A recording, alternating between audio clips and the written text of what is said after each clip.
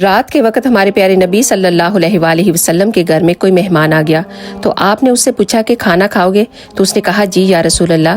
تو آپ صلی اللہ علیہ وآلہ وسلم نے تمام ازدواج مطہرات کے گھر پیغام بھجوایا کہ اگر کسی کے گھر میں کھانا ہے تو مہمان کے لیے بھجواؤ۔ حضرت ام سلمہ نے کہا کہ یا رسول اللہ 4 دن ہو گئے ہیں کچھ نہیں پکایا۔ حضرت زینب نے کہا کہ حضور کئی دن سے چولہا نہیں جلا۔ نبی پاک صلی اللہ علیہ وسلم مسجد میں چلے گئے، وہاں جا کر صحابہ سے فرمایا کون ہے جو میرے مہمان کو کھانا کھلائے گا؟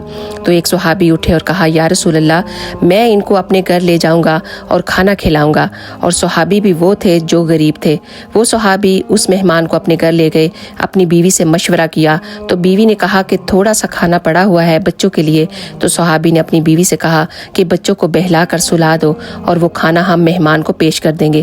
تو بیوی نے بچوں کو سلا دیا۔ اب کھانا ایک بندے کا تھا، لیکن وہ صحابی اور ان کی بیوی بھی تھی۔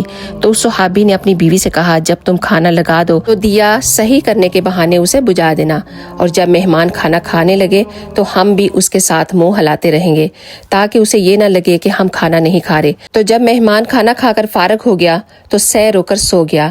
تب صحابی اور اس کی بیوی دونوں اپنے بچوں کو دیکھتے رہے اور اس بات پر خوش ہوتے رہے کہ ہم نے نبی پاک صلی اللہ علیہ وآلہ وسلم کے مہمان کو کھانا کھلایا ہے۔ تو جب وہ صحابی فجر کی نماز پڑھنے کے لیے مسجد میں آئے تو آپ صلی اللہ علیہ وآلہ وسلم نے فرمایا کہ اے صحابی رات کو جو تو نے اور تیری بیوی نے عمل کیا ہے اللہ کو بہت پسند آیا ہے، اور اللہ اسے دیکھ کر مسکرا رہا تھا، اور محمد صلی اللہ علیہ وآلہ وسلم کو بھی بہت پسند آیا ہے۔